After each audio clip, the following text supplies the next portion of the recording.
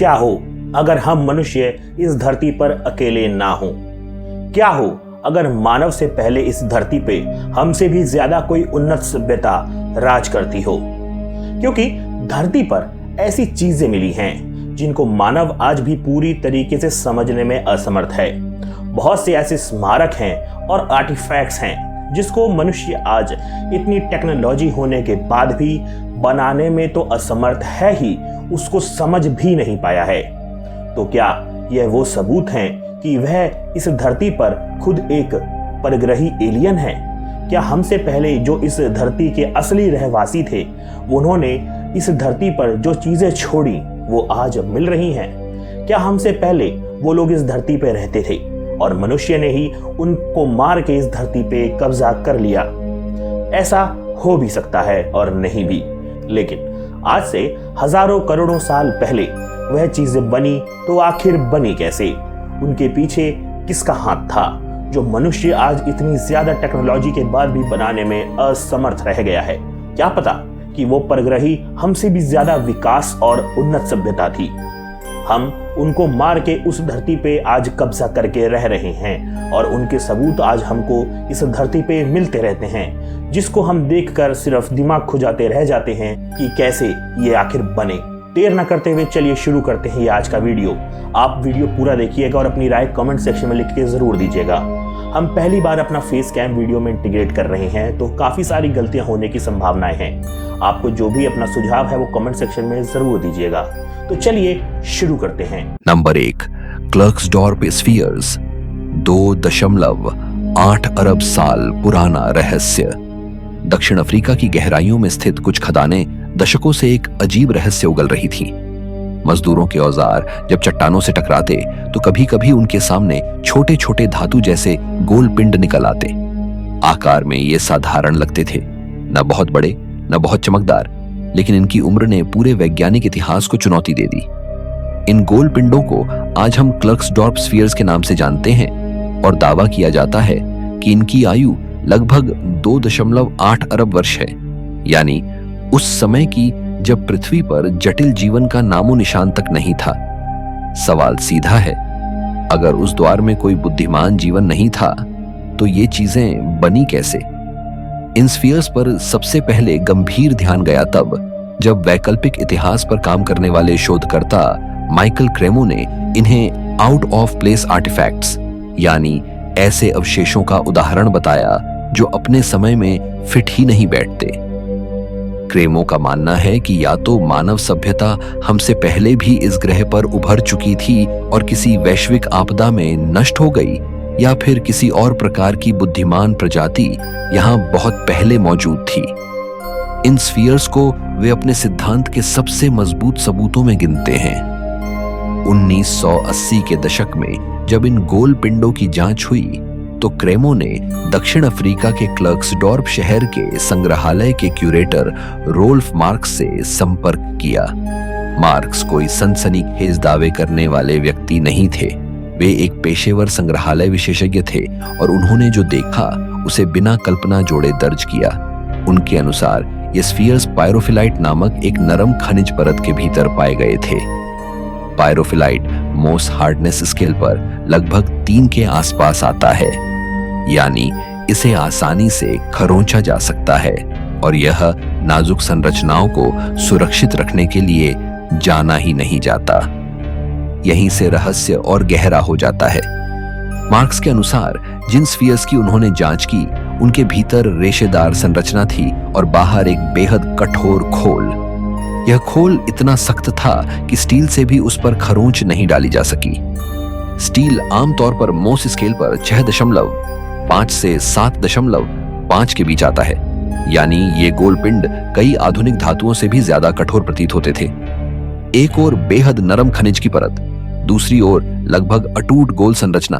प्राकृतिक प्रक्रियाओं में यह संयोजन असामान्य है, लेकिन सबसे ज्यादा चर्चा उन खांचों ने पैदा की जो कई स्फीयर्स की सतह पर साफ साफ दिखाई देते हैं। ये खांचे एकदम सीधे हैं और पूरे गोले के चारों ओर समानांतर पट्टियों की तरह घूमते हैं, मानो किसी मशीन ने नाप तौल कर बनाए हों। प्रकृति गोल आकृतियां बना सकती है, लेकिन इतने नियमित और सटीक खांचे। यही वह बिंदु है जहां वैज्ञानिक और वैकल्पिक शोधकर्ता आमने सामने खड़े हो जाते हैं। मुख्य धारा विज्ञान ने जल्दी ही इन्हें प्राकृतिक कंक्रीशंस घोषित कर दिया, ऐसी संरचनाएं जो खनिजों के जमने से समय के साथ बन जाती हैं। पृथ्वी पर ऐसी गोलाकार चट्टानें कई जगह पाई जाती हैं, लेकिन आलोचकों का कहना है कि क्लर्क्सडॉर्प स्फीयर्स सामान्य कंक्रीशन से अलग हैं। उनके अनुसार प्रकृति शायद ही कभी इतनी सटीक समरूपता और समानांतर खांचों का निर्माण करती है। 2002 में यह विवाद तब और भड़क गया जब क्लर्क्सडॉर्प संग्रहालय की वेबसाइट पर एक पत्र प्रकाशित हुआ। यह पत्र जॉन हंड नामक व्यक्ति का था, जिसमें दावा किया गया था कि एक स्फीयर्स को कैलिफोर्निया के एक वैज्ञानिक संस्थान में जांचा गया और वह इतनी संतुलित निकली कि मापने के उपकरण भी उसकी पूर्ण गोलाई को दर्ज नहीं कर पाए। कहा गया कि वह 1/100वें हिस्से इंच से भी कम विचलन के साथ पूरी तरह संतुलित थी। यह दावा वैकल्पिक इतिहास की दुनिया में आग की तरह फैल गया। लेकिन समस्या यह थी कि इस परीक्षण का कोई आधिकारिक रिकॉर्ड नहीं था। भूविज्ञानी पॉल हाइनरिक ने बाद में इस दावे की जांच की और पाया कि न तो कोई प्रकाशित रिपोर्ट मौजूद थी और न ही उस संस्थान से कोई पुष्टि। अंततः संग्रहालय ने वह पत्र अपनी वेबसाइट से हटा दिया। हाइनरिक ने स्वयं कई स्फीयर्स की जांच की और निष्कर्ष निकाला कि वे पूरी तरह सम्मित नहीं हैं और प्राकृतिक प्रक्रियाओं की सीमा में आती हैं। यहीं से साजिश का दूसरा अध्याय शुरू होता है। वैकल्पिक सिद्धांतों के समर्थकों का कहना है कि डेटा जानबूझकर दबाया गया, क्योंकि अगर सच सामने आ गया तो मानव इतिहास की समय रेखा बिखर जाएगी। वे मानते हैं कि ये स्फीयर्स किसी प्राचीन अज्ञात सभ्यता की तकनीकी वस्तुएं हो सकती हैं। रहस्य यहीं खत्म नहीं होता। अमेरिका के यूटा राज्य में भी इसी तरह की गोलाकार संरचनाएं मिली हैं, जिन्हें मोकी मार्बल्स कहा जाता है। वे काफी युवा हैं, लगभग 20 लाख साल पुरानी, और भूविज्ञान उन्हें स्पष्ट रूप से प्राकृतिक बताता है। इससे यह सिद्ध होता है कि पृथ्वी वास्तव में गोल आकृतियां बना सकती है। लेकिन क्लर्क्सडॉर्प स्फीयर्स के खांचे अब भी अनसुलझे हैं। अगर ये स्फीयर्स किसी प्राचीन बुद्धिमान जीवन द्वारा बनाई गई थीं, तो उनका उद्देश्य क्या था?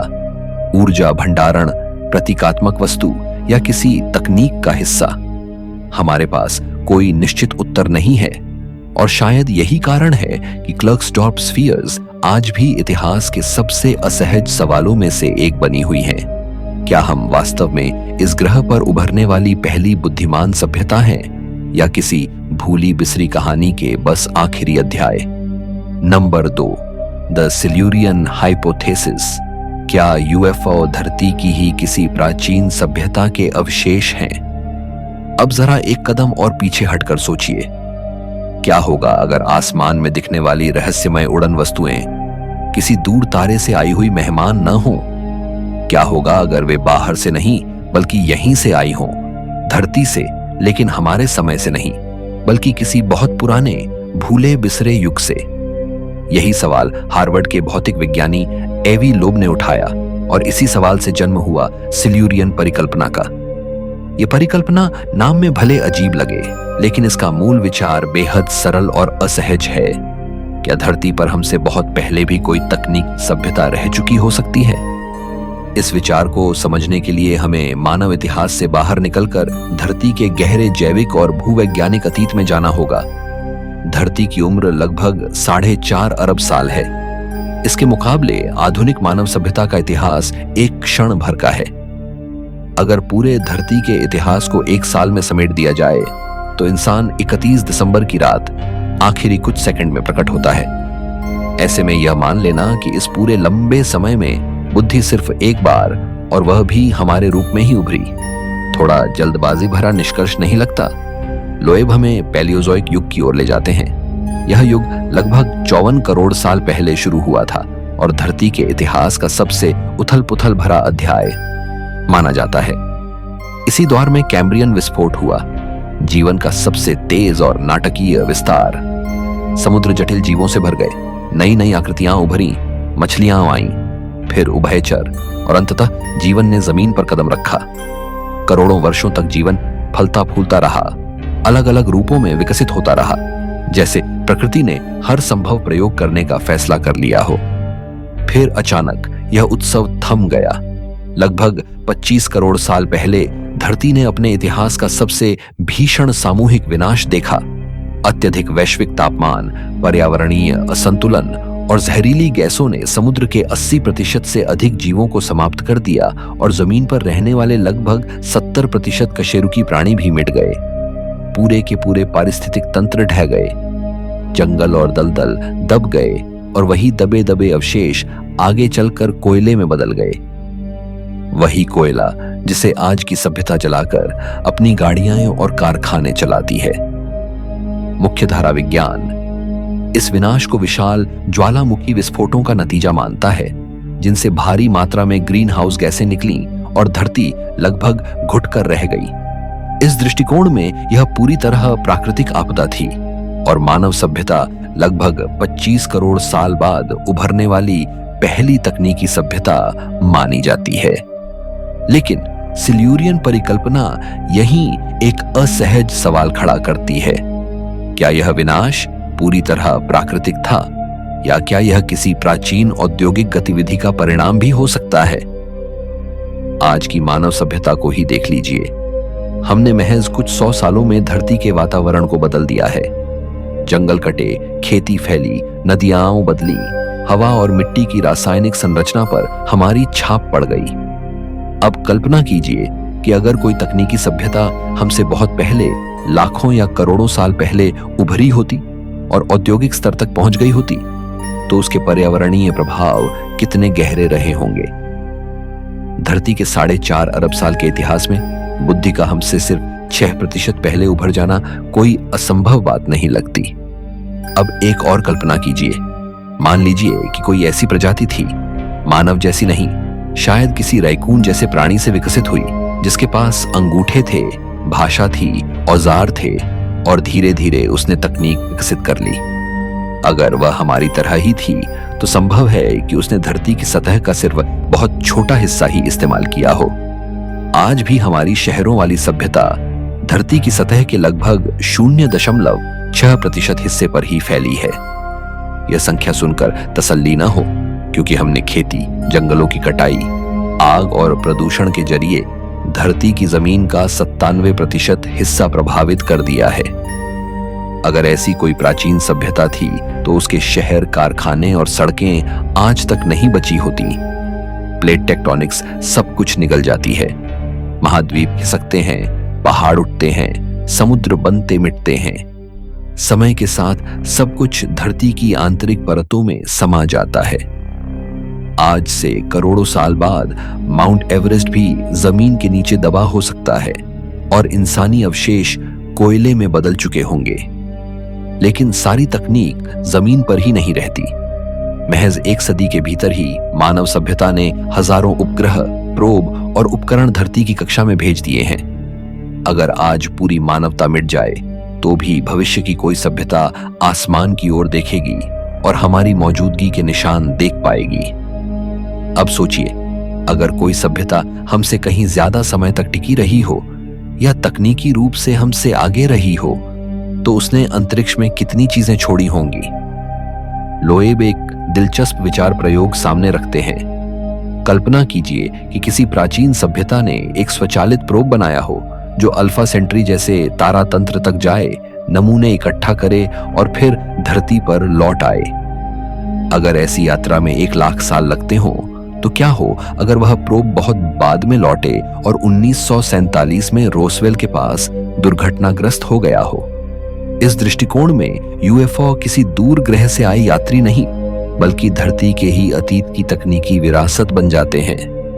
यह विचार कई पुरानी पहेलियों को एक साथ सुलझा देता है। इससे अंतरतारकीय यात्रा की असंभव दूरियों की समस्या कम हो जाती है। यह समझाता है कि ये घटनाएं लगातार क्यों नहीं दिखती, बल्कि कभी कभार ही क्यों सामने आती हैं, और यह भी कि उनका व्यवहार हमें इतना अपरिचित क्यों लगता है, क्योंकि वे हमारी तकनीकी परंपरा से नहीं बल्कि किसी और बहुत पुरानी परंपरा से जुड़े हो सकते हैं। आज जब सरकारें अज्ञात हवाई घटनाओं को गंभीरता से लेने लगी हैं, नए विभाग बनाए जा रहे हैं और पुराने रिकॉर्ड सार्वजनिक किए जा रहे हैं, तो यह सवाल और भी ज्यादा अहम हो जाता है।